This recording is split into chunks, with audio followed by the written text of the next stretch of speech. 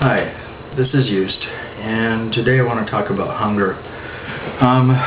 There is tremendous shortages of food all over the world, and I happen to be of the opinion that civilization creates starvation, and I don't think I'm unique in that. I guess it was about a few months ago I posted something mentioning that Jordan and I and others in this house eat dumpstered food. And people just, when they read this, they go, ew. Well, you know, long before we had all this packaging and everything else, I mean, fruits and vegetables and meats were just thrown out there. And human beings have been given scent, taste, sight. You can use your eyes to see if the vegetables, are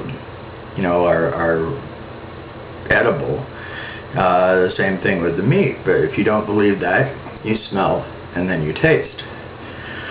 Jordan and Tim went out last night and came back with a score. And when Jordan realized how many bags of vegetables he has, the vegan smiled. He almost was giddy, which, for those who know Jordan, is not usually on the menu. But he was very happy. And as Thanksgiving approaches, there are still a lot of people out there who are hungry. I've been through a lot of shelters on Thanksgiving, serving people, and I was even in one for a while. And they put so much out there to eat, and that's it. So even on a day like Thanksgiving, a lot of people starve. The chain stores, and people don't understand this, I try to stay out of them as much as possible, because the chain stores take the food they're discarding and put it into this food compactor. So people that are aware of what is being thrown out or given to waste can't get at it. You know, we have a couple that we use here. Now, this house has anywhere from 5 to 8 people in it, and sometimes more if we have an event going on. And you know, we're all hanging on by the seat of our pants. Everybody works. If you had to pay to eat healthy, and you're operating on even $12, $13 an hour, you still find it tight to feed yourselves and your family. So I'm going to take you around the kitchen and just let you see what the score was, and to show people that, I may be full of shit on some things, but when it comes to this, I'm not. It's the writer in me. We do embellish a little. Now, these onions were scored, and there's a whole bunch of them. These assorted peppers, and there were more. And you look below the table that still isn't clean, and you see the bananas that are rotting. Nature's wrap. They're in peelings. They can be made into fried bananas. They can be made into banana cake, banana bread. And then there's all these leafy greens that they discard. And the endive, and that's really good. I just finished making a salad with that. And, of course, bagels. Where would we be without them? And you come over here, and there are more onions and potatoes and garlic.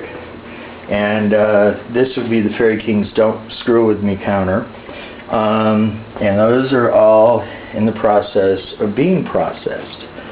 And here's the endive pepper salad that I made. Apples, tomatoes, I have no idea. Some sort of onion maybe. You come into the ugly portion of the kitchen, and you have this freezer filled up with all stuff that was acquired. And you go down here, and you can see there are avocados. A lot of you know how much those are, and that really made Jordan smile because he loves guacamole. Cranberry sauces, other things that probably got devoured last night. Even some prepared frozen meals. So, and what's ahead with what a lot of indigos refer to as the golden age? Things are going to change. I want people to think about how dependent they are on stores for their vegetables, for their food sources. in a state of panic, economic collapse, or any of these things, you should think about how long. You hope for the best, but you prepare for the worst. And permaculture gardens and growing your own herbs and things like that, it all helps. And when need be, certainly dumpstering food. In the wintertime, they have to take things out by their expiration date, and they usually do it a few days early. And the fact of the matter is that we live in a society in America where most of us, no, I can't say most of us anymore, but a lot of us are well nourished. And there are people in this country that are starving. What I do in teaching people different ways of life, of living, of survival, all fall into fold. And this is yet another mission of the Gossamer Court, in addition to planting trees and supporting artists. But in order to do all of this, people need to eat healthy. Thank you for listening. I am Yus the Fairy King. Have a wonderful life.